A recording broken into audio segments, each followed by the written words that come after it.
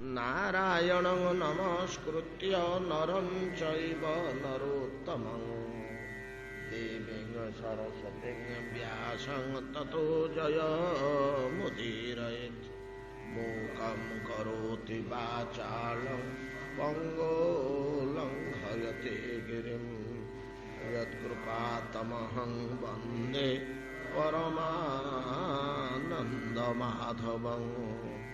यत्कृपातमहं वन्दे परमानन्दमाधवं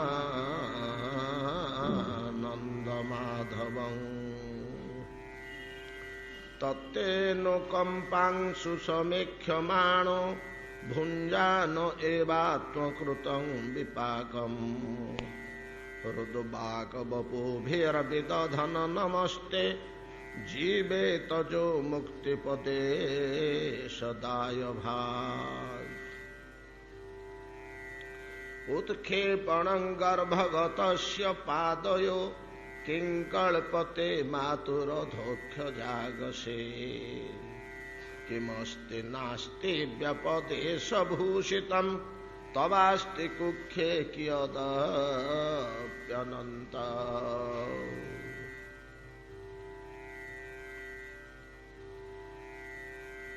सुत मुनि कहउछन्ते ब्रह्मा गोवत्स हरण पूर्वक भगवान को चरण रे क्षमा प्रार्थना करुछन्ते स्तुति स्तव माध्यम अत्यंत महत्वपूर्ण सिद्धांत मान प्रदान करुछन्ते। भक्ति बिना आपणकर ए लीलामय विग्रह आनंदमय विग्रह को जीव अनुभव करि पारे ना।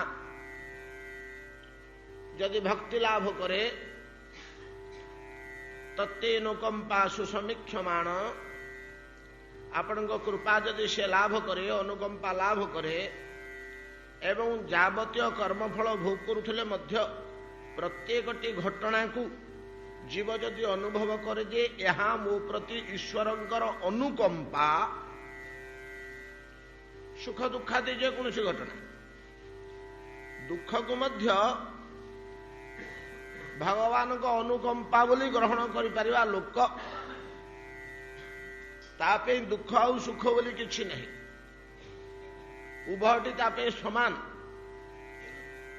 दुखेशु नोद्विग्न मनाः सुखेशु विगत स्पृह इत्यादि श्लोक आम मैंने आलोचना करिछे श्रीमद् भगवत गीतांकर। ए उभय समान ज्ञान बरं जहा दुख हो बा सुख हो जहा भगवान देइछन्ति मोर कर्म फलानुसार जहाँ आसी पहुंची भोग करने निमंते एटा मो प्रति भगवान कृपा एटा मो प्रति भगवान कृपा जिनिसटा आम सहजरे ग्रहण करें कहीं सुखटा को सीना भगवान दया बोली बुझी पकेबा दुखटा भगवान दया एटा आम बुझा आम सहज साध्य होनी आम सन्देह आस दुखटा केमती भगवान दया दुखटा भगवान दंड नाई दंड नुहे आमे बुझी पारुने तार अंतराल रे कौन होले भगवान आम प्रति कृपा रही बाहर को आमको दंड भाया देखा जाउथले मध्य दुखटा तार पछपटे तार परिणति रे तार अंतराल रे किछि ना किछि आम प्रति प्रभुंकर सहते इच्छा रही वर्तमान आमको सेटा दंड भाया जना पड़ुछि जेपरी पिता माता स्वगर्भजात संतान को नानाविध दंड प्रदान करती उद्देश्य थाए जे पिलाटी भल मनीष हो भल पाठ पढ़ू बड़ लोक हो मान सम्मान पाऊ मर्यादा क्षमता प्रभृति ताकू मिलू से प्रदेश रे आम देश रे जने बड़ लोक रूपे सुख्याति हो भल मनुष्य हो ଏଇଥିପାଇଁ ତାଡ଼ନ ମାରଣ ଯାହା କିଛି ଗାଳି ଗୁଲଉଛି। ଆଉ କଣ ହିଂସା କରି ବାପ ମାଙ୍କର ସନ୍ତାନକୁ ଯୋଉ ତାଡ଼ନା ସେଟା କଣ ହିଂସା କରିକି ଏ ପିଲା ନଷ୍ଟ ହେଇଯାଉ ବୋଲି, ଯଦି ଶତ୍ରୁକୁ ଆମେ ହିଂସା କରି ତାର ନଷ୍ଟ ହେଇଯାଉ ବୋଲି ଚାରିପଦ ଗାଳି ଦଉଛେ, ପୁତ୍ରକୁ ସେଇଭଳିଆ ଭାବରେ ଗାଳି ଦଉଛେ। ପୁତ୍ର ଉତ୍ତମ ବାଳକ ହଉ, ତାର ଜୀବନର ଅଭିବୃଦ୍ଧି ଘଟୁ, ଧନ ମାନ ଯଶ ପୌରୁଷ ସବୁ ସିଏ ଲାଭ କରୁ। ଯେପରି ଏ ତାଡ଼ନାର ଅନ୍ତରାଳରେ କିଛି ନା କିଛି କୃପା ନିହିତ ଅଛି, ସେମିତି ଭଗବାନ ଆମକୁ କର୍ମଫଳ ସ୍ୱକର୍ମଫଳ ଆମେ ଭୋଗ କରୁଛେ, ସେ ଆଣି ଆମ ପାଖରେ ପହଞ୍ଚେଇଛନ୍ତି। ସେଇଟାକୁ ଭକ୍ତ ବିଚାର କରେ ଯେ ନାଇଁ ପ୍ରଭୁ ମତେ ଆଣିକିରି ପହଞ୍ଚେଇଲେ, ୟାର ପଛପଟେ ନିଶ୍ଚୟ ମୋ ପ୍ରତି କୌଣସି ଅନୁକମ୍ପା ରହିଛି। ଆମେ ଗୋଟିଏ ସାଧାରଣ ସମାଜରେ ଚଳଣି ଶବ୍ଦଟିଏ ସମସ୍ତେ ବ୍ୟବହାର କରୁ, ବୁଝି ସିନା ପାରୁନି। ସେଠି ଏଇ ରହସ୍ୟଟି, ଈଶ୍ୱର ଯାହା କରନ୍ତି ପ୍ରାଣୀର ମଙ୍ଗଳ ନିମନ୍ତେ। ଯାହା କରନ୍ତି, ସୁଖ ଦୁଃଖ ଭଲ ମନ୍ଦ ହାନି ଲାଭ ଯାହା କରନ୍ତି, ତା ଦ୍ୱାରା କಡೆ ଆମର ମଙ୍ଗଳ ନିହିତ ରହିଛି। ଓ ତା ପାଇଁ ଏଇଟା ଅବୋଧ୍ୟ ରହସ୍ୟ ବୋଲି ଲୋକେ ସାଧାରଣ ଭାବରେ ବୁଝିପାରିବେନି ବୋଲି ସହଜ ସୁବିଧା କଥାଟିଏ ତା ସାଥିରେ ଯୋଡ଼ିଛନ୍ତି। ଆପଣମାନେ ସମସ୍ତେ ଜାଣିଛନ୍ତି, ଜଣେ ରାଜା ମନ୍ତ୍ରୀଙ୍କ ସହ ମୃଗୟା କରିବାକୁ ଯାଇଥିଲେ ଅରଣ୍ୟ ଭିତରକୁ। ଫଳଟିଏ କି ମୂଳଟିଏ କି ଲଟାଟିଏ କି ଫୁଲଟିଏ କାଟୁ କାଟୁ ଖଡ଼ଗରେ ତାଙ୍କ ଆଙ୍ଗୁଠିଟି କଟିଗଲା। ଯେମିତି ଆଙ୍ଗୁଠିଟି କଟିଗଲା, ସେ ଗୋଟେ ବ୍ୟସ୍ତ ହୋଇପଡ଼ିଲେ, ରକ୍ତ ଝରି ଯାଉଛି, ଆଙ୍ଗୁଠିରୁ ଖଣ୍ଡେ ନା ହିଁ ଖସି ପଡ଼ିଛି ତଳେ, ବ୍ୟତିବ୍ୟସ୍ତ ହୋଇପଡ଼ିଲେ। ହେଲେ ମନ୍ତ୍ରୀ ଏ କ'ଣ ହେଲା, ଏ କି ଅବସ୍ଥା ମୋର ଆଜି? ତାଙ୍କ ମନ୍ତ୍ରୀଟି ଥିଲେ ଇ ଭଳିଆ ଲୋକଟିଏ। ଆମେ ଯେଉଁ ଭଳିଆ ଭକ୍ତର କଥା ବିବେଚନା କରୁଛେ, ତାଙ୍କ ମନ୍ତ୍ରୀଟି ସେ ଭଳିଆ ଲୋକଟିଏ ଥିଲେ। ଯେଉଁ କଥାଟା ଆମେ ବୁଝିପାରୁନେ ସେ ମନ୍ତ୍ରୀ ବୁଝିପାରନ୍ତି। ଦୁଃଖଟା କେମିତି ଭଗବାନଙ୍କର କୃପା ଏଇଟା ଆମେ ବୁଝିପାରୁନେ।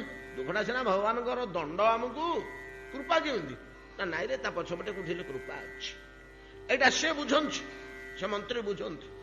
ସେ ଚଟ କରି କହିଦେଲେ, ମହାରାଜ ଈଶ୍ୱର ଏଟାକୁ କରେଇଛନ୍ତି, ନିଶ୍ଚୟ ଆମର କୌଣସି ମଙ୍ଗଳ ଏଥର ହବ, ଏଥର ଆମର ନିଶ୍ଚୟ କିଛି ମଙ୍ଗଳ ହବ। ତା ମଙ୍ଗଳ ହବ, ଈଶ୍ୱର ଯାହା କରୁଛନ୍ତି ତା ମଙ୍ଗଳ ହବ। ହଉ ରହ ରହ ବେଟା। ରାଗିଗଲେ ରାଜା, ତାଙ୍କ ହାତ ଜଳୁଛି, ଖଣ୍ଡେ କଟି ଯାଇଛି, ଇଏ କହୁଛି ଭଲ ହେଇଛି। ଯାଉ ଯାଉ ବାଟରେ ଗୋଟେ ଶୁଷ୍କ କୂପ ଦେଖିବାକୁ ମିଳିଲା, ଶୁଖିଲା କୂଅଟେ। ଚୁପ୍ କରି ରାଜା କ'ଣ କଲେ, ମନ୍ତ୍ରୀ ଆଗରେ ଯାଉଛନ୍ତି, ରାଜା ପଛରେ ଯାଉଛନ୍ତି, ତା ଭିତରକୁ ତାକୁ ପେଲିଦେଲେ। ଯଦି ପେଲିଦେଲେ ସେ ଭିତରକୁ ଖସି ପଡ଼ିଲେ, ମନ୍ତ୍ରୀ ଭିତରକୁ ଖସି ପଡ଼ିଲେ, ଶୁଖିଲା କୂଅରେ ପଡ଼ିଛନ୍ତି। ରାଜା ପଚାରିଲେ, କ'ଣ ହେଲା? ଈଶ୍ୱର ମଙ୍ଗଳ କରନ୍ତି ନାଇଁ, ଏ ଯୋଉ କାମ ହେଲା, ମୋର ହାତ କଟିଯିବାଟା ଯଦି ମଙ୍ଗଳ, ତମର କୂଅରେ ପଡ଼ି ଆସୁଛି ମଙ୍ଗଳ ତ, ମର ସେ ଭିତରେ ବୋଲି କହି ରାଜା ପଳେଇଲେ। ଖଣ୍ଡେ ବାଟ ଯାଇଛନ୍ତି, ଦୁର୍ଦାନ୍ତ ଦସ୍ୟୁ ଗୁଡ଼େ ତାଙ୍କର ଦେବୀ ନିକଟରେ ନରବଳି ଦେବା ପାଇଁ ସେ ମଣିଷଟେ ଖୋଜୁଛନ୍ତି। ଅରଣ୍ୟ ଭିତରେ କି ଗୋଟେ ପଥଚାରୀ ଲୋକ ଏକୁଟିଆ ଦେଖିଲେ ତାକୁ ବାନ୍ଧି ନେବେ, ରାଜା ପାଖରେ ଦେବୀ ପାଖରେ ବଳି ଦେବେ। ଦେଖିଲେ ରାଜାଟା ନିଶ ଫିସ ରଖିଛି, ମୋଟା ରୋଟା ଗୋରା ତୋରା ହେଇକି ଦୁଶୁଛି, ବଢିଆ ପଶୁଟେ, ନର ପଶୁ, ୟାକୁ କହନ୍ତି ନର ପଶୁ। ଆଉ ତାକୁ ତ ଆଉ କଥା ଭାଷା କିଛି ନ କରି ବାନ୍ଧିକିରି ଉଠେଇକି ଧରିକି ପଳେଇଲେ। ରାଜାଙ୍କୁ ନେଇ ଯେତେବେଳେ ଗାଧୁଆ ପାଧୁଆ କରି ହରିଦ୍ରା ଜଳରେ ସିନ୍ଦୁର ଫିନ୍ଦୁର ମଣ୍ଡିତ କରିଦେଇ ମନ୍ଦାର ମାଳା ବେକରେ ପକେଇ ଖଡ଼ଗ ହସ୍ତରେ ଦେବୀଙ୍କ ପାଖକୁ ନିଅନ୍ତି, କି ଗୋଟେ କହିଲେ ଚାଲ ଗୋଟେ ଆଙ୍ଗୁଠି କାହିଁକି, ଖଣ୍ଡିଆ ଆଙ୍ଗୁଠିଟେ, ଏଇଟା ବଳି ପାଇଁକି ଉପଯୁକ୍ତ ନୁହଁ। ସମସ୍ତେ ଦେଖିଲେ ଯାରେ ଆଙ୍ଗୁଠିଟା ଖଣ୍ଡିଆ ହେଇଛି, ଛାଡ଼ିଦିଅ ଛାଡ଼ିଦିଅ ଛାଡ଼ିଦିଅ ଛାଡ଼ିଦିଅ, ପଳା ପଳା ପଳା, ଯାହା ପଳା, କାହାକୁ କିଛି କହିବୁନି, କହିଲେ ତୋର ଆଉ ଗୋଟେ ଗୋଡ଼ ହାତ ହାଣିଦେବୁ। ପଳେଇଲେ ରାଜା ପ୍ରାଣ ବିକଳରେ, ସିଧା ରାଜ୍ୟକୁ ପଳେଇଲେ। ମନରେ ଚିନ୍ତା କରୁଥାନ୍ତି ଯେ ସେ ମନ୍ତ୍ରୀଟା କହିଥିଲା ଆଙ୍ଗୁଠିଟା ଖଣ୍ଡିଆ ହେଇଥିବାରୁ ତ ମୁଁ ବଞ୍ଚିଗଲି, ଯଦି ମୋର ସେଇ ସୁନ୍ଦର ସଳଖ ଆଙ୍ଗୁଠିଟି ଥାନ୍ତା ବୋଲେ ତ ଏଠି ମତେ ବଳି ପକେଇଥାନ୍ତେ। ହେଲେ ଗୋଟା ଠିକ କଥା କହିଥିଲା। ହଉ ହଉ ବୋଲି ରହିଲେ ଚୁପ, କାହାକୁ କହିବେ ଏମିତି କୂଅ ଭିତରେ ପେଲି ଦେଇ ଆସିଛି ବୋଲି। ଯାହା ହଉ 5-7 ଦିନ 8 ଦିନ ପରେ ମନ୍ତ୍ରୀ ଆସିକିରି ପହଞ୍ଚିଲେ। କେମିତି କ'ଣ ହେଇକରି ସେ ଭିତରୁ ବାହାରିକି ଆସି ପହଞ୍ଚିଲେ ତ ରାଜା ଖୁସି ହେଲେ, କହିଲେ ମନ୍ତ୍ରୀ ମହାଶୟ, ମୁଁ ଆପଣଙ୍କ ପାଖରେ ଦୋଷ କରିଛି, ମୋତେ କ୍ଷମା କରନ୍ତୁ, ଆଉ ଏ କଥା କାହା ଆଗରେ କହିବେନି, ଯେଉଁ ଘଟଣା ଅରଣ୍ୟ ଭିତରେ ଘଟିଲା ଆପଣଙ୍କ କଥା ଅକ୍ଷର ଅକ୍ଷର ସତ୍ୟ, ଆପଣଙ୍କର କଥା ଅକ୍ଷର ଅକ୍ଷର ସତ୍ୟ। ଆଙ୍ଗୁଠିଟା କଟିଯିବାରୁ ମୁଁ ସିନା ବ୍ୟସ୍ତ ବିବ୍ରତ ହେଇକିରି ଆପଣଙ୍କୁ ଏମିତିକା ଗୋଟେ ବ୍ୟବହାର କରିଦେଲି, କୂଅ ଭିତରକୁ ଠେଲିଦେଲି, ମୁଁ ସେତେବେଳେ ବୁଝିପାରିଲିନି। ନହେଲେ ପ୍ରକୃତରେ ଆଙ୍ଗୁଠିଟା କଟିଯିବା ହିଁ ମୋ ପାଇଁ ମଙ୍ଗଳଦାୟକ ହେଲା। ଆଙ୍ଗୁଠିଟା ଠିକ ଥିଲେ ମତେ ବଳି ପକେଇଥାନ୍ତେ, ଯୋଉ ଅବସ୍ଥାରେ ପଡିଥିଲି। ତମେ କୂଅରେ ପଡିଲ, ମୁଁ ପଳେଇକିରି ଯାହା ଅବସ୍ଥା ହେଇଛି ସବୁ ବଖାଣି ବସିଲେ। ସବୁ ଶୁଣିଲା ପରେ ମନ୍ତ୍ରୀ କହିଲେ, ମହାରାଜ ଆପଣ ଯୋଉ ମତେ କୂଅରେ ପେଲିଦେଲେ ତା ଦ୍ୱାରା ମଧ୍ୟ ମୋର ବଡ ମଙ୍ଗଳ ହେଇଛି। ହଉ ତମ କୂଅ ଭିତରେ କଣ ରତ୍ନ ଟଙ୍କା ସୁନା ପଇସା ମିଳିଲା ସେ ଭିତରେ ଥିଲା ନା? ନାଇଁ ଆଜ୍ଞା, ଆପଣଙ୍କ ସାଥିରେ ଥିଲେ ଆପଣଙ୍କୁ ଛାଡିକିରି ମତେ ହାଣିଥାନ୍ତେ।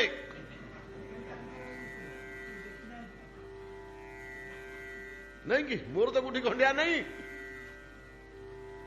ମତେ ମାରିଥାନ୍ତେ। ଦିଟାକ ଦଣ୍ଡ ନାହିଁ କି? ଜଣଙ୍କର ଆଙ୍ଗୁଠି କଟିଲା, ଜଣେ କୂଅରେ ପଡିଲା, ଦିଟାକ ଦଣ୍ଡ ନାହିଁ କି? ଦୁଃଖ ନାହିଁ କି? ତତେନୁକମ୍ପାସୁ ସମୀକ୍ଷମାଣ ଭୁଞ୍ଜାନ ଏ ବାତ୍ମକୃତଂ ବିପାକମ୍। ମୁନି ଋଷିମାନେ ଆମର କେତେ ଗଭୀରତର ସ୍ତରକୁ ବିଚାର କରି କହିଛନ୍ତି, ଆରେ ପିଲେ ଯୋଉଟା ଦୁଃଖ କି ଦଣ୍ଡ ବୋଲି ଆସୁଛି ସେଥିରେ ବ୍ୟତିବ୍ୟସ୍ତ ହଉନି, ଭଗବାନଙ୍କୁ ମୁଣ୍ଡିଆ ମାରି ପକେଇଲୁ, ପ୍ରଭୁ କଣ ହେଲେ ମୋର କଲ୍ୟାଣ ଥିବ, ଆପଣ ଏଇଟା ଦେଇଛନ୍ତି, ଅନାୟାସରେ ସେଟା ଭୋଗ ହେଇଯିବ, ବାଧିବନି। ମରିଗଲ ବାପା, ମୁଣ୍ଡ ବାଡେଇ ୟାକୁ କହି ତାକୁ ଧରି, ୟା ଦ୍ୱାରକୁ ତା ଦ୍ୱାରକୁ ଦୌଡ଼ି, ୟା ଗୋଡ଼ ଧରି ତା ଗୋଡ଼ ଧରି ନ୍ୟାୟ ନିଶାପ କରି ଆମେ ବ୍ୟସ୍ତ ହଉଥିଲୁ। ଦୁଃଖର ପରିମାଣଟା ବଢି ଯାଉଛି। ଦୁଃଖ ଏକ ମାନସିକ ପ୍ରକ୍ରିୟା। ଦୁଃଖ ହଉଛି ଗୋଟେ ମାନସିକ ପ୍ରକ୍ରିୟା। ଜଣଙ୍କର ଘୋରତର ଦୁଃଖ ହେଇଛି, ସେ ଲୋକ ସୁରା ପି ସୁରାପାନ କରିଦେଇ ବସି ପଡିଲା, ଆଉ ତାକୁ ଦୁଃଖ ଛୁଁଛି? କାରଣ ତା ମନ ଦୁଃଖ ସେତେବେଳେ ଗ୍ରହଣ କରୁନି, ତା ମନ ସେତେବେଳେ ଦୁଃଖ ଗ୍ରହଣ କରୁନି। ନିଶା ଓହ୍ଲେଇଲେ ଯାଇ ତାର ଯେତେବେଳେ ମନେ ପଡୁଛି ସେତେବେଳେ ପୁଣି ତାର ଦୁଃଖ ହଉଛି, ଆରେ ଏକଡେ କଥା ହେଲା। ଯେତେବେଳେ ସେ ସୁରାପାନ ଅବସ୍ଥାରେ ଅଛି ସେତେବେଳେ ଜଣେ ଆସିକିରି ଯଦି ପଚାରୁଛି, ହଇ ତମର କଣ ଏମିତି ଗୋଟେ ଅସୁବିଧା ହେଇଗଲା, ଆଉ ବଡ ଖରାପ ପରିସ୍ଥିତି ହେଇଥିବ, ବଡ ଦୁଃଖ ହଉଥିବ, ନାଇଁ କଣଟା ହେଇଗଲା, ଏମିତି ହଉଛି କଣଟା ହେଇଗଲା, ସେ ଯେତେବେଳେ ନିଶା ଭୋଳରେ ଭୁରୁଡୁ ବାହାର କରିବ, ସେ ଦୁଃଖ ଗ୍ରହଣ କରିପାରୁନି। ସେ ସେତିକିବେଳେ ଦୁଃଖଟାକୁ ଗ୍ରହଣ କରିପାରୁନି। ଦୁଃଖ ଏକ ମାନସିକ ପ୍ରକ୍ରିୟା। ଏଟା ଆମେ ପୂର୍ବରୁ ବହୁ ପୂର୍ବରୁ ଆଲୋଚନା କରିଛେ। ଏ ଜଗତରେ ଦୁଃଖ ବୋଲି କିଛି ନାହିଁ କି ସୁଖ ବୋଲି କିଛି ନାହିଁ। ଦୁଃଖ ବା ସୁଖ ବୋଲି କିଛି ନାହିଁ। ମନଟାକୁ ଯଦି ଆମେ ସେଟ୍ କରିପାରିବା, ମନକୁ ଯଦି ଆମେ ଗଢି ପାରିବା, ଗୋଟେ ଘଟଣା ଘଟିଲେ ଜଣେ ସୁଖୀ ହଉଛି, ଜଣେ ଦୁଃଖୀ ହଉଛି। ଆମର ଜଣେ ଶତ୍ରୁ ଅଛି, ଆମ ଘରେ ନିଆଁ ଲାଗିଗଲା, ସେ ସୁଖୀ ହଉଛି, ଯାହା ପୋଡିଗଲା ଘରଟା ଗଲା, ଭଲ ହେଲା ଚଣ୍ଡାଳର। କିରେ ଘର ପୋଡିବାଟା ଯଦି ଦୁଃଖ, ତାହେଲେ ଜଣେ ସୁଖୀ କେମିତି ହେଲା? ଆମେ ଦୁଃଖୀ ହେଲୁ କାହିଁକି, ସେ ସୁଖୀ ହେଲା କାହିଁକି? ଗୋଟେ ପ୍ରକାର, ଦି ପ୍ରକାର ମାନସିକତା। ଦୁଃଖ ଓ ସୁଖ ବହୁ ପୂର୍ବରୁ ଆମର ଗୁଡାକ ଗାଢ ଭାବରେ ଆଲୋଚନା ହେଇଛି, ଅତି ନିଗୁଢ ଭାବରେ 5-7 ବର୍ଷ ତଳେ ବିଭିନ୍ନ ପ୍ରସଙ୍ଗ ଉପରେ, ଆଉ ସବୁ ଭୁଲି ଭୁଲି ଯାଉଛେ। ଅତଏବ ଯେଉଁ ବ୍ୟକ୍ତି ସମୀକ୍ଷା କରିବେ, ଏଇ ଶ୍ଳୋକ ଗୁଡାକ ଏଇଭଳିଆ ଶ୍ଳୋକ ଯେ ଆମେ ଯଦି 6 ମାସ 8 ମାସ ତାକୁ ଘାଣ୍ଟୁଥିବା, ତା ଦେହରୁ ନୂଆ ନୂଆ ତଥ୍ୟ ବାହାରୁଥିବ, ଆଜ୍ଞା ଆମେ ଛାଡି ଦେଇକିରି ପଳଉଛେ ସିନା। ବହୁତ ଗଭୀରତମ ଜିନିଷ ଗୁଡାକ, ଛୋଟିଆ କଥା ନୁହେଁ। ତତେନୁକମ୍ପା, ଈଶ୍ୱରଙ୍କର ଅନୁକମ୍ପା ବୋଲି ଅନୁଭବ ଯେ କରେ। ଦୁଃଖ ସୁଖ ଦିଟାକ, ଦୁଃଖ ସୁଖ ଦିଟାକୁ ଈଶ୍ୱରଙ୍କର ଇଚ୍ଛା, ୟା ଦ୍ୱାରା ନିଶ୍ଚୟ ମୋର କିଛି କଲ୍ୟାଣ ଅଛି। ୟା ପଛରେ ଯେମିତି ରାଜାଙ୍କର ଆଙ୍ଗୁଠି କଟିବା ଦୁଃଖଟା କଲ୍ୟାଣରେ ପରିଣତ ହେଲା, ମନ୍ତ୍ରୀଙ୍କର କୂପପତନ ଦୁଃଖଟା କଲ୍ୟାଣରେ ପରିଣତ ହେଲା, କଲ୍ୟାଣରେ ପରିଣତ ହେଲା। ଏଟା ଈଶ୍ୱରଙ୍କ କୃପା ନ ହଉ କଣ? ତାକୁ କୂଅ ଭିତରକୁ ଯଦି ସେ ପେଲିବା ପାଇଁ କି ତାଙ୍କର ଅନ୍ତଃକରଣ ଭିତରେ ପ୍ରେରଣା ନ ଦେଇଥାନ୍ତେ, ମନ୍ତ୍ରୀଟା ତ ମରିଥାନ୍ତା ସେଠି।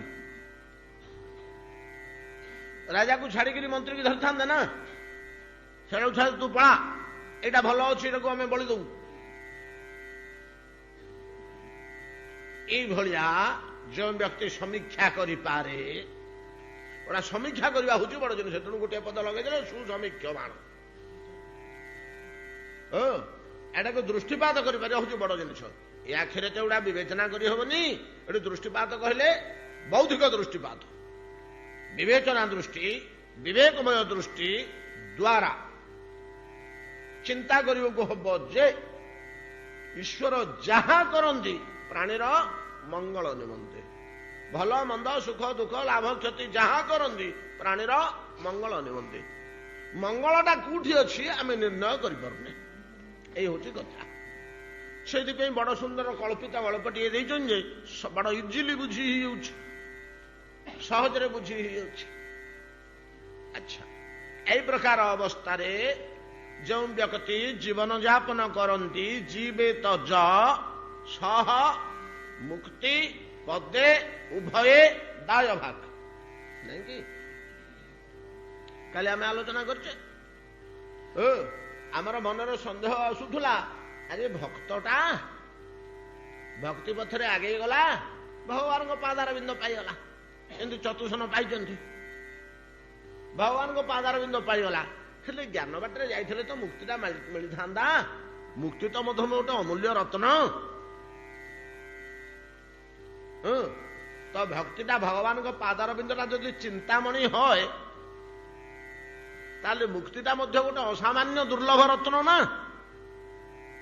ଏ ଦୁର୍ଲଭ ରତ୍ନଟା ତାଉ ସେ ପାଇପାରିଲାନି ତା ଜୀବନରେ, ମୁକ୍ତିର ସ୍ୱାଦ ତାଉ ଜାଣିପାରିଲାନି, ମୁକ୍ତି କେଡ଼େ ବଢିଆ ଜିନିଷ ସେ ତାଉ ଜାଣିପାରିଲାନି।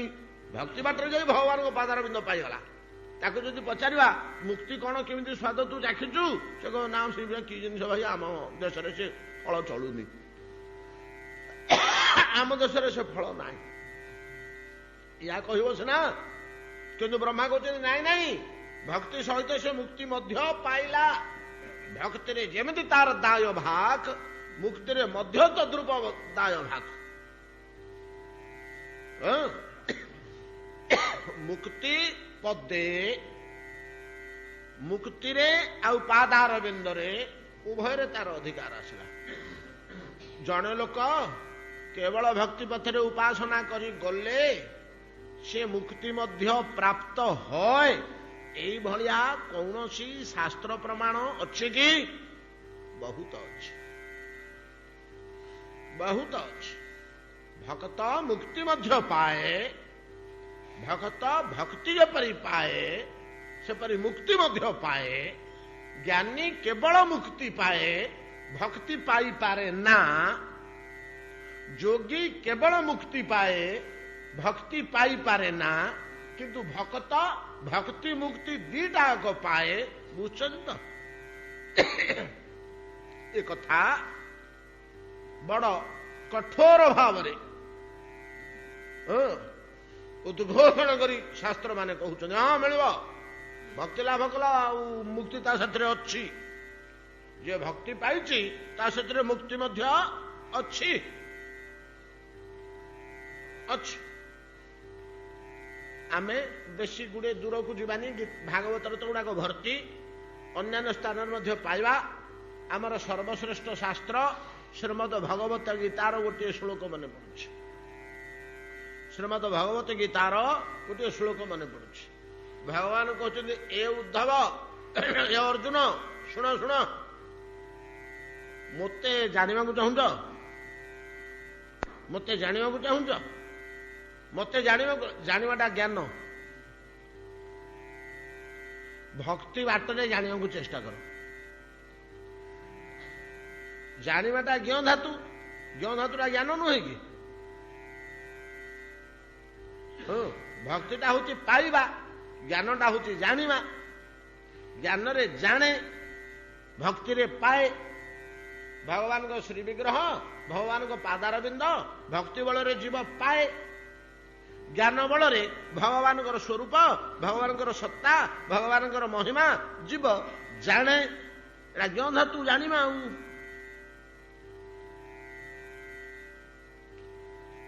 ଅର୍ଜୁନ, ଭକ୍ତି ପଥରେ ତୁମେ ଉପାସନା କର, ଭକ୍ତି ପଥରେ ତୁମେ ଉପାସନା କର, ମୋତେ ଜାଣିବାକୁ ଚେଷ୍ଟା କର। ଭକ୍ତ୍ୟା ମାଂ ଅଭିଜାନାତି ଯାବାନ ଯଶ୍ଚାସ୍ମି ତତ୍ତ୍ୱତଃ ତतो ମା ତତ୍ତ୍ୱତଃ ଜ୍ଞାତ୍ୱା ବିଶତି ତଦନନ୍ତର। ତतो ମା ତତ୍ତ୍ୱତଃ ଜ୍ଞାତ୍ୱା ବିଶତି ତଦନନ୍ତର। କଣ କହିଲେ ଏଠି? ଭଗବାନ ନିଜ ମୁହଁରେ କହିଲେ, ଅର୍ଜୁନକୁ ଦୃଢ଼ତାର ସହ ଭଗତ୍ୟା ମାଂ ଅଭିଜାନାତି। ମୁଁ ନନ୍ଦନନ୍ଦନ କୃଷ୍ଣ, ବସୁଦେବ ନନ୍ଦନ କୃଷ୍ଣ, ଯୁଧିଷ୍ଠିରଙ୍କ ଗୃହରେ, ତୁମ ଘରେ ଖାଇ ପିଇ ଚଳୁଥିବା କୁଣିଆ ଭଳିଆ କୃଷ୍ଣ ନାଇଁ କି? ମାଙ୍ଗ ବୋଲି କହୁଛନ୍ତି ପରା। ଅଭିଜାନାତି, ଉତ୍ତମ ରୂପେ ଜାଣିପାରିବ ଭକ୍ତି ବଳରେ। ଯଦି ଭକ୍ତି ମାର୍ଗର ଉପାସନା ତୁମେ କରିବ ତାହେଲେ ମତେ ଉତ୍ତମ ରୂପେ ଜାଣିପାରିବ। ଭଗତ୍ୟା ମାଙ୍ଗ ଅଭିଜାନାତି ଯାବାନ ଯଶ୍ଚ ଅସ୍ମି। ଅସ୍ମି ମୁଁ ଯାହା ଅଟେ, ମୋ ସମ୍ବନ୍ଧରେ ଯାହା ଯାହା ଅଛି ତମକୁ ଭକ୍ତି ବଳରେ ଜଣା ପଡିଯିବ। ତମେ କହୁଛ କି କେବଳ ଜ୍ଞାନାଭ୍ୟାସ କଲେ ଜଣା ପଡିବ ବୋଲି? ନାଇଁ, ଭକ୍ତି ବଳରେ ମଧ୍ୟ ଜଣା ପଡିବ। ଜ୍ଞାନରେ ଯେମିତି ଜଣା ପଡିବ ମୋ ସମ୍ବନ୍ଧରେ, ଭକ୍ତିରେ ମଧ୍ୟ ଠିକ ତଦ୍ରୁପ ଜଣା ପଡିବ। ଭଗତ୍ୟା ମାଂ ଅଭିଜାନାତି ଯାବାନ ଯଶ୍ଚ ଅସ୍ମି, ମୁଁ ଯାହା ଅଟେ। ଭକ୍ତ୍ୟା ମାଂ ଅଭିଜାନାତି ଯାବାନ ଯଶ୍ଚାସ୍ମି ତତ୍ତ୍ୱତଃ। ତତ୍ତ୍ୱ ଜାଣି ସାରିଲା ପରେ ଯଦି ଜୀବ ଚାହିଁବ, ତତ୍ତ୍ୱ ମାଙ୍ଗ ତତ୍ତ୍ୱତଃ ଜ୍ଞାତ୍ୱା, ମତେ ତତ୍ତ୍ୱତଃ ଜାଣି ସାରିଲା ପରେ ଯଦି ଚାହିଁବ, ବିଶତେ ତଦନନ୍ତର ଯଦି ମୁକ୍ତି ସେ ଚାହିଁବ ତାହେଲେ ମୋ ଭିତରେ ପଶିଯିବ। ଆଉ କଣ? ବିଶତେ ପ୍ରବିଶତେ, ପ୍ରବେଶ କରେ, ମୋ ଭିତରେ ପ୍ରବେଶ କରିଯିବ। ଆଉ କଣ? ମୋ ଭିତରେ ପ୍ରବେଶ କରିବ। ଆଚ୍ଛା, ସାଜୁଜ୍ୟ ମଧ୍ୟ ଦୁଇ ପ୍ରକାର ଅଛି।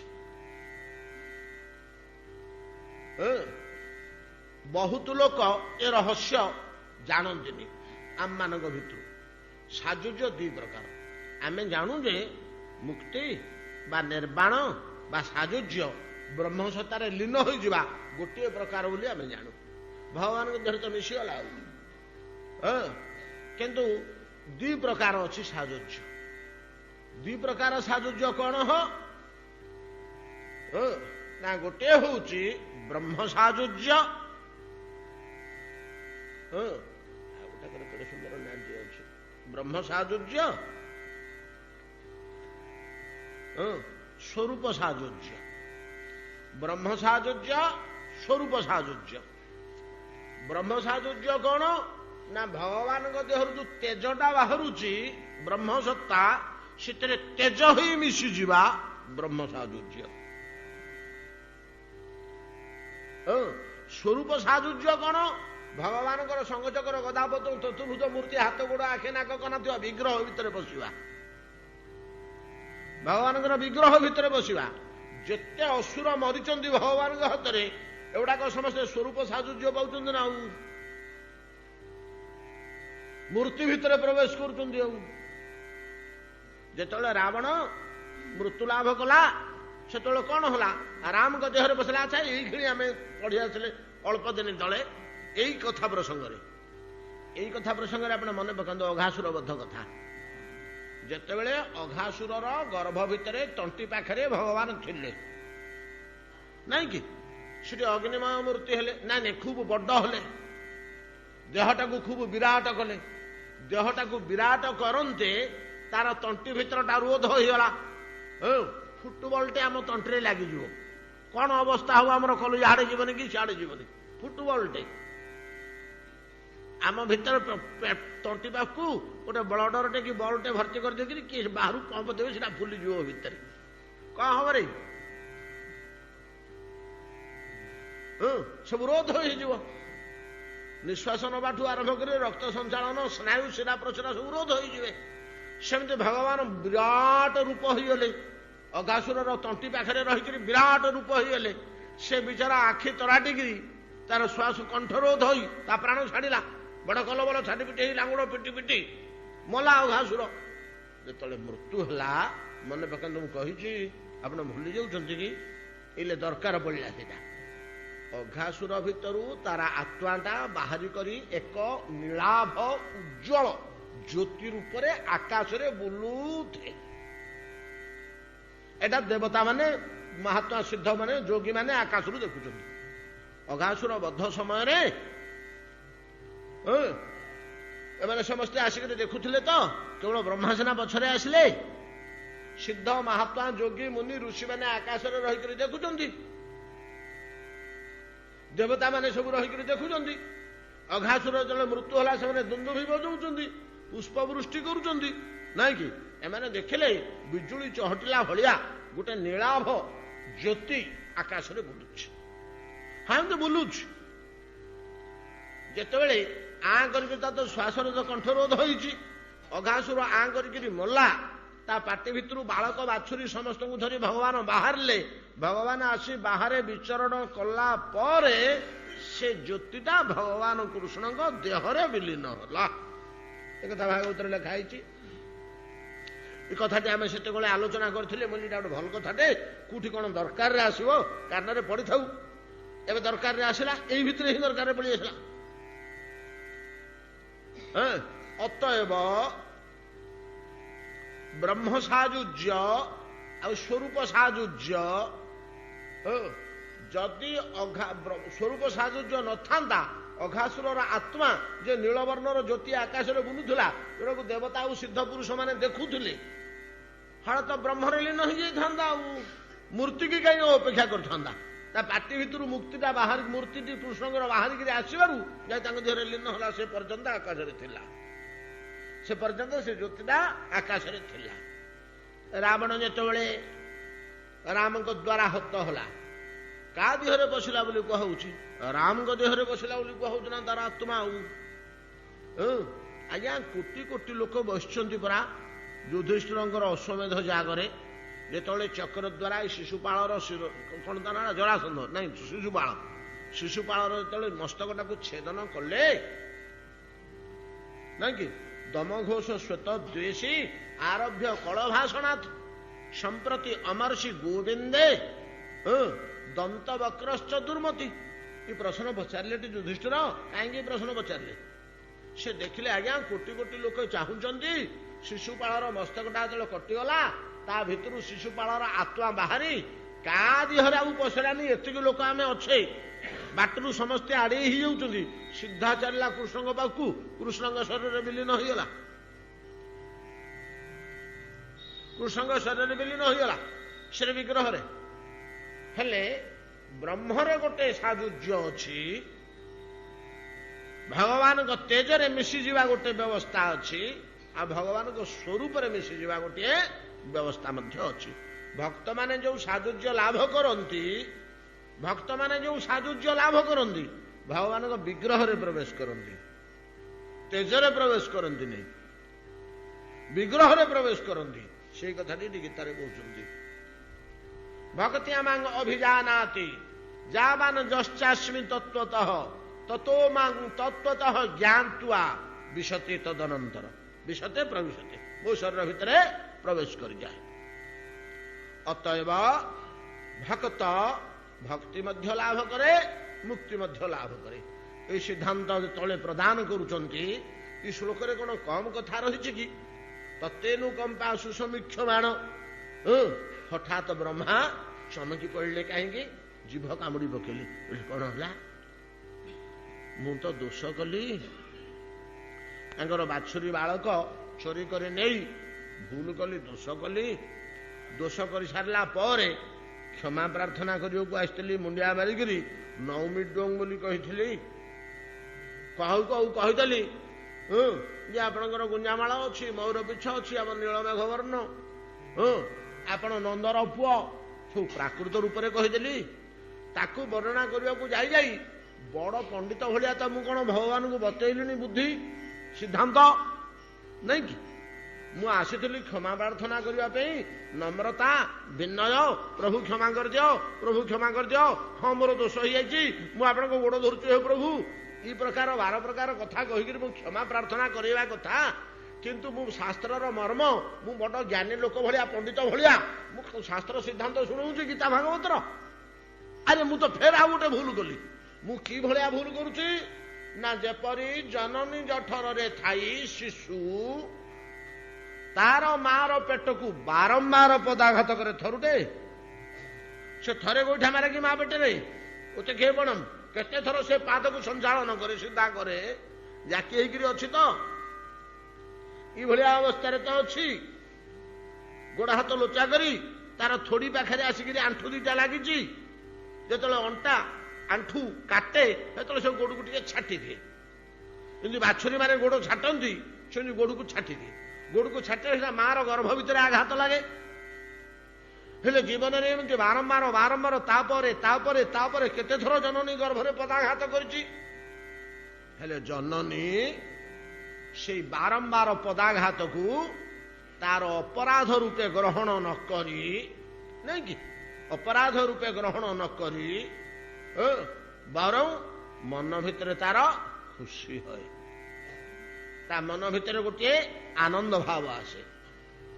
ସନ୍ତାନ ବତ୍ସଳା ଜନନୀ ତାର ଅନ୍ତଃକରଣ ଭିତରେ ନିଃସ୍ୱ ସନ୍ତାନ ପ୍ରତି ଯୋଉ ଆବେଗ ରହିଛି, ଯୋଉ ଉତ୍କଣ୍ଠା ରହିଛି, ମୋ ଶିଶୁ ବୋଲି, ସେତିକିବେଳେ ତାକୁ ବଡ଼ ଖୁସି ଲାଗେ।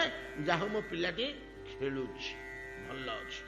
ସାଧାରଣ ଭାଷାରେ ଆମେ ଗାଉଁଲି ଭାଷାରେ ଘର ମାନଙ୍କରେ କହନ୍ତି ପେଟ ଭିତରେ ପିଲା ଖେଳୁଛି। ଖେଳୁଛି କହିଲେ କଣ ଖୁସି ଅଛି? ଏଟା ଜନନୀର ମନରେ ଗୋଟେ ଆନନ୍ଦ ଭାବ ସୃଷ୍ଟି କରେ। ଏଇ କଥାଟି କହିବି, ଏଇ କଥାଟି ବାରମ୍ବାର ପାଦ ପ୍ରହାର କଲେ ମଧ୍ୟ ଗର୍ଭରେ ଜନନୀ ଯେପରି ଅପରାଧ ଗ୍ରହଣ କରି, ଚଣ୍ଡାଳ ତୁ ମତେ ଗୋଇଠା ମାରୁଛୁ, ତତେ ବୋହିକିରି ମୁଁ ବୁଲୁଛି, ଅଳ୍ପାୟୁ ସହ କହୁଛି। ମା କାଲି ଆମେ କଥା କହିଥିଲେ ପରା, ଏକଥା କହୁଛି ନା ବେଶ ତୃପ୍ତ ହେଇଯାଉଛି, ଶାନ୍ତି ହେଇଯାଉଛି, ତା ମନ ଉଲ୍ଲସିତ ହେଇଯାଉଛି, ପ୍ରଫୁଲ୍ଲିତ ହେଇଯାଉଛି। ଏଇ କଥାଟି ଯଦି କହିଦେବି, ଭଗବାନ ମଧ୍ୟ ମୁଁ ତ ବାରମ୍ବାର ପଦାଘାତ କଲିଣି, ମୁଁ ତ ବାରମ୍ବାର ଅପରାଧ କଲିଣି। ଥରେ ଗୋବଚ୍ଛା ହରଣ କରି ନେଲି, ଗୋଟିଏ ଦୋଷ ହେଲା, କ୍ଷମା ପ୍ରାର୍ଥନା କରିବାକୁ ଆସି ପଣ୍ଡିତ ପଣିଆ ଦେଖେଇଲେଣି, ତାଙ୍କୁ ପାଠ ପଢଉଛି। ସିଏ ବିଚାରା ଚୁପ୍ ହେଇଠିଆ ହେଇଛନ୍ତି, କିଛି କହୁନାହାନ୍ତି। ସେ ଭିତରେ ଭିତରେ କଣ ହଉଥିବ, ତାଙ୍କର କ୍ରୋଧ ହଉଛି ନାଇଁ କି? କ୍ଷମା ପ୍ରାର୍ଥନା କରିବାକୁ ଆସି ମୁଁ ପାଣ୍ଡିତ୍ୟ ଦେଖେଇଲିଣି, ଆଉ ଗୋଟେ ଭୁଲ ହେଇଗଲା, ବାରମ୍ବାର ପାଦ ପ୍ରହାର ହେଇଗଲା। ଶିଶୁ ଯେପରି ଗର୍ଭରେ ବାରମ୍ବାର ପାଦ ପ୍ରହାର କରେ, ମୁଁ ଚିନ୍ତା ବାରମ୍ବାର ଅପରାଧ କରି ପକଉଛି।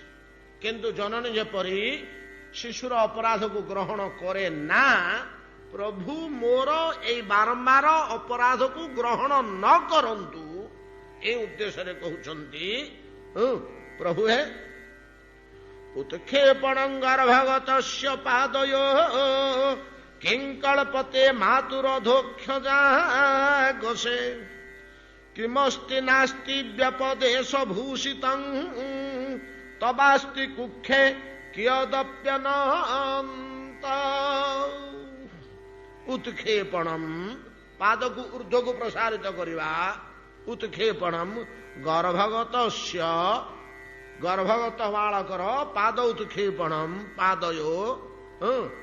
ହେ ପ୍ରଭୁ କେଂ ଜନନୀ ଆଗସେ, ହେ ଅଧୋକ୍ଷଜ ଅଧୋକ୍ଷଜାଗସେ। ଆଗସେ ମା କଣ ଅପରାଧ ରୂପେ ଗ୍ରହଣ କରେ? କରେ ନା। ମା କଣ ଅପରାଧ ରୂପେ ଗ୍ରହଣ କରେ? ଗର୍ଭବତ ଶିଶୁର ବାରମ୍ବାର ପାଦ ପ୍ରହାରକୁ ଏ ଅଧୋକ୍ଷଜ ମା କଣ ଅପରାଧ ରୂପେ ଗ୍ରହଣ କରେ? ଗ୍ରହଣ କରେ ନା। ତଦ୍ରୂପ ମୁଁ ଆପଣଙ୍କର ଗର୍ଭଗତ ଶିଶୁ, ମୁଁ ଆପଣଙ୍କର ଗର୍ଭଗତ ଶିଶୁ। ଅୟ ବ୍ରହ୍ମା, ନନ୍ଦନନ୍ଦନ କୃଷ୍ଣଙ୍କର ତମେ କେମିତି ପୁଅ ହେଲ? ତମକୁ ତ 90,000 ବର୍ଷ ହେଲାଣି, ତମ ଦାଢି ପାଚିକିରି ଝଡିକିରି ଆଉ ଥରେ ଉଠିଲାଣି ନାଇଁ କି? ସେ ତ କାଲିର ବାଳକ, ତାକୁ 6 ବର୍ଷ ହେଇଛି। ତମେ କେମିତି ତାଙ୍କୁ କହୁଛ ଯେ ତମେ ତାଙ୍କ ପୁତ୍ର ବୋଲି? ତମେ ତ କେତେ କୋଟି ବର୍ଷ ପୂର୍ବରୁ ଜନ୍ମ ହୋଇଛ, ସେ ତ କାଲି ଜନ୍ମ ହୋଇଛନ୍ତି। ତ ବ୍ରହ୍ମା କହୁଛନ୍ତି ନାଇଁ ନାଇଁ ନାଇଁ ନାଇଁ, ତମେମାନେ ବୁଝିପାରୁନ, ଦୁଷୁଛନ୍ତି ସିନା ଏମିତି। ଲୀଳାମୟ ବିଗ୍ରହ, ତ ଲୀଳାମୟ ବିଗ୍ରହ। ମୋର ଏଇ ଶରୀରଟା ମରୁଛି ଜନ୍ମ ହଉଛି, ମରୁଛି ଜନ୍ମ ହଉଛି, ମରୁଛି ଜନ୍ମ ହଉଛି। କିନ୍ତୁ ଭଗବାନ ଶ୍ରୀକୃଷ୍ଣଙ୍କର ନନ୍ଦନନ୍ଦନଙ୍କର ଏଇ ବିଗ୍ରହଟା ନିତ୍ୟ ସତ୍ୟ ଚିନ୍ମୟ, ଏଇଟା ନିରନ୍ତର ଅନନ୍ତ କାଳ ଧରିକିରି ଅଛି। କେତେ ବର୍ଷ ହେଲା ଅଛି ନା ତାର ଆଦି କେହି କଳନା କରିପାରି ନାହାନ୍ତି, କରିପାରିବେ ନାହିଁ। ତା ନାଁ ହଉଛି ଅନାଦି। ଅନାଦି। ମୋର ଦାଢି ଏମିତି ପାଚୁଛି, ଝଡୁଛି, ଉଠୁଛି, କିନ୍ତୁ ସିଏ ସେମିତି ଅଛି, ସିଏ ସେମିତି ଅଛି। ନାଇଁ ହ, ଏଇ ପରା ଜନ୍ମାଷ୍ଟମୀ ଦିନ ଭାଦ୍ରବ ମାସ ଶୁକ୍ଳ ପକ୍ଷ ଅଷ୍ଟମୀ ଦିନ ରାତି 2ଟା-3ଟା ବେଳକୁ ସମସ୍ତେ ଶୋଇପଡିଥିଲେ, ଯଶୋଦା ଜନ୍ମ କଲା। ଆମେ ଏ ବର୍ଷ 6ଠ ଜନ୍ମ ବାର୍ଷିକୀ ପାଳନ କରୁଛୁ, ନାଇଁ କି? 6ଠ ଜନ୍ମ ଉତ୍ସବ ଆମେ ପାଳନ କରୁଛୁ, ସ୍ୱର୍ଣ୍ଣକ୍ଷେତ୍ର କରୁଛୁ। ନାଇଁ ନାଇଁ, ଯଶୋଦା ଗର୍ଭରୁ ଇ ବିଗ୍ରହଟା ଜନ୍ମ ହେଇନି। ଇ ବିଗ୍ରହଟା ଯଶୋଦା ଗର୍ଭରୁ ଜନ୍ମ ହେଇନି। ଆଉ ନା ଯଶୋଦାକୁ ତ ନିଦ ହେଇଯାଇଥିଲା, ଦେଖିଲା ବେଳକୁ ତା କୋଳରେ ଶୋଇଛି। ଆଉ ହେଲେ କୋଉଠୁ ଆସିଲା ନା କେହି ଜାଣି କୋଉଠୁ ଆସିଲା। ଆରେ ବ୍ରହ୍ମା, ତମେ କିଛି ଜାଣୁନ, ତା ପୂର୍ବରୁ ଯଶୋଦାର ଏଡେ ବଡ ପେଟ ହୋଇଥିଲା 10 ମାସ ଧରି। ନା ନାଇଁ ହୋ, ସେ ଭିତରେ ଖାଲି ବାୟୁ ଭର୍ତ୍ତି ହେଇଥିଲା, ସେ ଭିତରେ ପିଲା ନଥିଲା। ବୁଝନ୍ତୁ କଥା ଗୁଡାକ। ଆମେ ତ ଗୋଟେ ଭଙ୍ଗୀରେ କହୁଛେ, ତା ଭିତରେ ପିଲା ନଥିଲା। କାହିଁକି ପିଲା ନଥିଲା ତା ଭିତରେ? ନା ଭଗବାନ ସମସ୍ତଙ୍କ ହୃଦୟରେ ଥାନ୍ତି, ପ୍ରକାଶ ହେଇଯାନ୍ତି। ଆମ ଭଳିଆ ପିତୃ ଶରୀରରୁ ରେତ ରୂପେ ଜନନୀ ଗର୍ଭକୁ ଗତି କରି ଜନନୀ ଜରାୟୁରେ କ୍ରମାନ୍ୱୟରେ 10 ମାସରେ ଶରୀର ଧାରଣ କରନ୍ତି, ଏପରି ନୁହେଁ, ଏଇଭଳିଆ ନୁହେଁ। ଭଗବାନଙ୍କର ଏଇଭଳିଆ ନୁହେଁ, ଏଇଭଳିଆ ନୁହେଁ। ନା ନାଇଁ, ବ୍ରହ୍ମା ତମେ କେମିତି ଜାଣିଲ ଏ କଥା? ନା ମୁଁ ପୂର୍ବରୁ କହିଦେଇଛି ପରା 2ୟ ଶ୍ଲୋକରେ, ନ ତୁ ଭୂତମୟସ୍ୟ କୋପି। ପିତୃ ଶରୀରରୁ ରେତ ରୂପେ ଜୀବାତ୍ମା ଗତି କରି ମାତୃଗର୍ଭରେ 10 ମାସରେ ପୂର୍ଣ୍ଣାଙ୍ଗ ଶରୀର ହୋଇ ଜନ୍ମ ହେବା ବ୍ୟବସ୍ଥାଟା ମୋ ବ୍ୟବସ୍ଥା। এই নিয়মটা ମୁଁ ତିଆରି କରିଛି, ଏ ମେସିନାରୀ ସିଷ୍ଟମଟାକୁ ମୁଁ ଗଢିଛି। ଏଟା ମୋର କଳ୍ପନା ପ୍ରସୂତ, ଏଟା ମୋର କଳ୍ପନା ପ୍ରସୂତ। ହେଲେ ମୋ ସିଷ୍ଟମ ଭିତରେ ଜନ୍ମ ହୋଇଥିଲେ ମୁଁ ଜାଣନ୍ତିନି? ମୋ ସିଷ୍ଟମ ଭିତରେ ଯଦି ସେ ଜନ୍ମ ହୋଇଥାନ୍ତେ ତାହେଲେ ମୁଁ ନିଶ୍ଚୟ ଜାଣନ୍ତି। ଆଉ ଏଟା କି ରୂପ ବୋଲି ତୁମେ କହୁଛ? କେହି ଜାଣି କି ରୂପ, କିଏ କହିବ? ଏଟା କି ରୂପ କିଏ କହିବ? ମୋ ସାମ୍ନାରେ ଯୋଉ ମୂର୍ତ୍ତିଟି ଦଣ୍ଡାୟମାନ ଅଛି, ଯାହା ପାଖରେ ଅପରାଧ କରି ମୁଁ କ୍ଷମା ପ୍ରାର୍ଥନା କରୁଛି, ସେ ମୂର୍ତ୍ତିଟା କିଏ କହିବ କି ମୂର୍ତ୍ତି? କିନ୍ତୁ ମା ପେଟରେ ତିଆରି ହେଇନି, ଏଇଟା ସୁନିଶ୍ଚିତ। ଏଇଟା ପାଇଁ ମୁଁ ଗ୍ୟାରେଣ୍ଟି ଦେଇପାରିବି। କେମିତି ଗ୍ୟାରେଣ୍ଟି ଦେବା? ନା ସେଟା ମୋ ସିଷ୍ଟମ, ମୁଁ ସେ ପ୍ରୋସେସଟାକୁ ଆଡାପ୍ଟ କରିଛି, ନାଇଁ କି? ପିତୃ ଶରୀରରୁ ଆସି ମାତୃଗର୍ଭରେ ଦେହ ଧାରଣ କରି 10 ମାସ ପରେ ଜନ୍ମ ହେବା ବ୍ୟବସ୍ଥା ପଶୁପକ୍ଷୀ କୀଟପତଙ୍ଗ ପାଇଁ ଏ କାହା ସୃଷ୍ଟି, କାହାର ପଦ୍ଧତି? ବ୍ରହ୍ମାଙ୍କ ପଦ୍ଧତି। ବ୍ରହ୍ମା ତାଙ୍କ ଇଏ ଭିତରେ ଏଇ ପଦ୍ଧତିଟାକୁ ତିଆରି କରିଛନ୍ତି। ମୋ ପଦ୍ଧତିରେ ଯଦି ଇଏ ଜନ୍ମ ହୋଇଥାନ୍ତେ ମୁଁ ଜାଣନ୍ତିନି? ମୋର ଅଜ୍ଞାତରେ ସେଟା ହେଇପାରିବନି, ମୋର ଅଜ୍ଞାତରେ ସେଟା ହେଇପାରିବନି। ଇଏ ମୋ ପଦ୍ଧତିରେ ଜନ୍ମ ହୋଇନାହାନ୍ତି, ତମମାନେ ସବୁ ମୋ ପଦ୍ଧତିରେ ଜନ୍ମ ହୋଇଛ। ତାହେଲେ ଏଇ ରୂପଟା କୋଉଥିରେ ଜନ୍ମ ହୋଇଛି, କିପରି ଜନ୍ମ ହୋଇଛି? ଆହା ଭାଇ ମୁଁ କହିପାରିବିନି। ତମେ କଣ ଗୋଟେ ଅନୁମାନ କହୁନ? ନା ସ୍ୱେଚ୍ଛାମୟସ୍ୟ ଅସ୍ୟାପି ଦେବ ବପୁଷୋ ମଦନୁ ଗ୍ରହସ୍ୟ ସ୍ୱେଚ୍ଛାମୟସ୍ୟ। ସ୍ୱେଚ୍ଛାମୟ, ସ୍ୱେଚ୍ଛାମୟର 2ଟା ଅର୍ଥ ହଉଛି କହିଛନ୍ତି। ସ୍ୱେଚ୍ଛାମୟର 2ଟା ଅର୍ଥ ହଉଛି ସିଏ ତାଙ୍କ ଇଚ୍ଛାରେ କୁ ଭକ୍ତକୁ କୃପା କରିବାକୁ ତା କୋଳକୁ ଆସିପାରନ୍ତି ପୁତ୍ର ରୂପେ। କାହାକୁ କେବେ କହିଥିବେ ହଁ ଲ ମୁଁ ତୋର ପୁଅ ହେବି, ଏ ବୁଢୀ ଯା ମୁଁ ତୋର ପୁଅ ହେବି। ଆଉ ଯିଏ ତପସ୍ୟା କରି ବର ମାଗିଛି ସେ 2000 କି 3000 ବର୍ଷର ବୁଢୀଟେ ନା ଆଉ କଣ?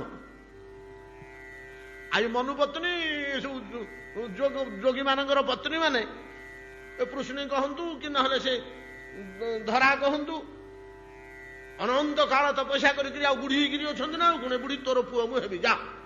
କେତେବେଳେ ଗୋଟେ ଏବେ ତ ବୁଢୀ ହେଲୁଣି, ଏବେ ଆଉ କଣ ଜନ୍ମ କରିପାରିବୁ କି? ଯା ଆଉ ଥରେ କେତେବେଳେ ମୁଁ ତୋର ପୁଅ ହେଇକିରି ଜନ୍ମ ହେବି। ତେଣୁ ନିଜ ଇଚ୍ଛାରେ ତାର ପୁଅ ହେଇକିରି ଆସିଥାଇ ପାରନ୍ତି, କିମ୍ବା ସ୍ୱେଚ୍ଛାମୟସ୍ୟ ସ୍ୱଜନସ୍ୟ ଇଚ୍ଛା କୁଭକ୍ତ କିଏ ଗୋଟେ କହିଥିବ ଯେ ଏମିତି କଅଁଳା ପିଲାଟିଏ ହେଇଥାନ୍ତା, ଟିକେ କାଳିଆ ହେଇଥାନ୍ତା, ଲମ୍ବା ନାକୁଟିଏ ହେଇଥାନ୍ତା, ନାଲି ନାଲି ଓଠ ହେଇଥାନ୍ତା, ଜୁଳୁଜୁଳୁ ଚାହୁଁଥାନ୍ତା, ଗୁଲୁଗୁଲୁ କଥା କହୁଥାନ୍ତା, ଟୁକୁଟୁକୁ ଡେଉଁଥାନ୍ତା, ମୋ ପିଲା ହନ୍ତା କେଉଠି। କୋଉ ଭକ୍ତ କେତେବେଳେ ଇଚ୍ଛା କରିଛି ନାଇଁ କି? ସେଇ ଶ୍ଲୋକରେ ତ ଆମେ ଏଗୁଡ଼ା ସବୁ ଆଲୋଚନା କରିଛେ, ସେଇ ଶ୍ଲୋକରେ ତ ଆମେ ସେଗୁଡାକ ଆଲୋଚନା କରିଛେ। ତଙ୍ଗ ଭକ୍ତି ଯୋଗ ପରିଭାବିତ ହୃତ ସରୋଜ ଆସେ ଶ୍ରୁତେକ୍ଷିତ ପଥ ନନୁନାଥ ପୁଂସାଂ ଯତ ଯତ ଧିୟାତ ଉରୁଗାୟ ବିଭାବୟନ୍ତି ତତ ତତ ବପୁ ପ୍ରଣୟ ସେ ତଦନୁଗ୍ରହାୟ ତତ ତତ ବପୁ ପ୍ରଣୟ ସେ। ଗୋଟିଏ ଭକ୍ତ ଯଦି କେତେବେଳେ ଇଚ୍ଛା କରିଦେଲା ମୁଁ ଏମିତିକା ଟିକେ ଭଗବାନଙ୍କୁ ପୁଅକିରି ପାଆନ୍ତି କି, କେମିତି ପୁଅ ହନ୍ତା ହୋ, ଏମିତି ମୁହଁ, ଏମିତି ନାକ, ଏମିତି ଲୁଗାପଟା, ଏମିତି ଅଳଙ୍କାର, ଏମିତି ସ୍ୱଭାବ, ଏମିତି ଗୁଣ, ଏମିତି ସେ ଯାହା ଇଚ୍ଛା କଲା ସେଆ ହେଇକିରି ଭଗବାନ ଯିବେ। ଭକ୍ତ ଯୋଉ ରୂପରେ ଇଚ୍ଛା କଲା ସେ ରୂପ ହେଇକିରି ଯିବେ। ଅତଏବ ସ୍ୱେଚ୍ଛାମୟସ୍ୟ ତାତ୍ପର୍ଯ୍ୟ, ସ୍ୱେଚ୍ଛାମୟସ୍ୟର ତାତ୍ପର୍ଯ୍ୟ ସ୍ୱ ଇଚ୍ଛା କ୍ରମେ ଆସନ୍ତୁ କିମ୍ବା ସ୍ୱଜନ ସ୍ୱଭକ୍ତର ଇଚ୍ଛା କ୍ରମେ ଆସନ୍ତୁ। ଇଦିଟାରୁ କୋଉଟା ଗୋଟେ ହେଇଥିବ କିମ୍ବା ଆଉ କଣ ମଧ୍ୟ ହେଇଥାଇପାରେ, କେହି ନିରୂପଣ କରିପାରିବନି। ଭଗବାନଙ୍କର ସ୍ୱରୂପ ବିଗ୍ରହ, ତାର ରହସ୍ୟ ତତ୍ଵ କିଏ ନିର୍ଣ୍ଣୟ କରିବ? ବ୍ରହ୍ମା କହୁଛି ଆମେ ନିର୍ଣ୍ଣୟ କରିପାରିବୁନି। କିନ୍ତୁ ଏଇଟା ମୁଁ ଗ୍ୟାରେଣ୍ଟି ଦେବି ଯେ ଇଏ ଜାଗତିକ ସିଷ୍ଟମରେ ଜନ୍ମ ନୁହଁ, କିନ୍ତୁ ମୁଁ ଜାଗତିକ ସିଷ୍ଟମରେ ଜନ୍ମ, ମୁଁ ଜନ୍ମ ହୋଇଛି। ମୋର ତ ଆୟୁଷ ସବୁ ଦୁଇ ପରାର୍ଦ୍ଧ, ଦୁଇ ପରାର୍ଦ୍ଧ ପରେ ତ ମୋର ମୃତ୍ୟୁ ହବ। ଫେରେ ଆଉ ଥରେ କେତେବେଳେ ଈଶ୍ୱର ଇଚ୍ଛା କଲେ ମତେ ଜନ୍ମ କରିବେ। ମୁଁ ନାରାୟଣଙ୍କ ଭଗବାନଙ୍କ ନାଭିପଦ୍ମରୁ ପୁଣି ଜାତ ହେବି, ବିଷ୍ଣୁଙ୍କ ନାଭିପଦ୍ମରୁ ପୁଣି ଜାତ ହେବି। କୋଉ ବିଷ୍ଣୁ? ଗର୍ଭୋଦିଶାୟୀ ବିଷ୍ଣୁ, କାରଣାବ୍ଧିଶାୟୀ, ଗର୍ଭୋଦିଶାୟୀ, କ୍ଷୀରାବ୍ଧିଶାୟୀ, ତିନି ବିଷ୍ଣୁଙ୍କ ଭିତରୁ ଗର୍ଭୋଦିଶାୟୀଙ୍କ ଗର୍ଭରୁ ମୁଁ ଜାତ ହେବି। ସେ ସମୁଦ୍ର ଭିତରେ ଅନନ୍ତ ଶୟନଗିରି ଶୋଇଥିବେ କ୍ଷୀରସାଗରରେ, ତାଙ୍କ ନାଭିରୁ ଗୋଟିଏ ପଦ୍ମ ଜାତ ହବ, ମୁଁ ସେଥିରୁ ଉତ୍ପନ୍ନ ହେବି, ମୁଁ ଜନ୍ମ ହେବି, ତାଙ୍କ ଗର୍ଭ ଭିତରୁ ମୁଁ ବାହାରିବି। ପୁଣି ଆଉ ଥରେ ମୋର ମୃତ୍ୟୁ ହବ, ପୁଣି ଆଉ ଥରେ କେତେବେଳେ ଜାତ ହେବି, ପୁଣି ଆଉ ଥରେ କେତେବେଳେ ମୃତ୍ୟୁ ହବ, ପୁଣି ଏମିତି କେତେ କୋଟି ଥର ମୋର ଜନ୍ମ ମୃତ୍ୟୁ ହେଇଗଲାଣି। କିନ୍ତୁ ଇ ଲାବଣ୍ୟ ବିଗ୍ରହ ନନ୍ଦନନ୍ଦନ ଯଶୋଦାର ପୁଅ ବୋଲି ଯିଏ କହୁଛି ସେ ସେମିତି ଅଛି, ସେ ସେମିତି ଅଛି। ଅତଏବ ମୁଁ ବୁଢା ଭଳିଆ ଦୁଷୁଥିଲେ ମଧ୍ୟ, ସେ ପିଲା ଭଳିଆ ଦୁଷୁଥିଲେ ମଧ୍ୟ ମୁଁ ତାର ସନ୍ତାନ, ମୁଁ ତା ପେଟରୁ ଜନ୍ମ ହୋଇଛି।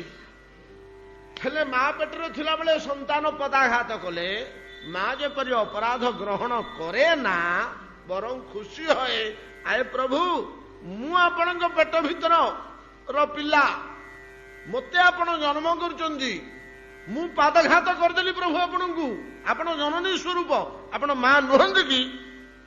ମୁଁ ପୁଅ ପିଲାଟେ କାହିଁକି ମା ହେବି? ଯଦି କୃଷ୍ଣ ଏକଥା କହନ୍ତି ମୁଁ ପୁଅ ପିଲାଟେ, ମୁଁ କାହିଁକି ମା ହେବି?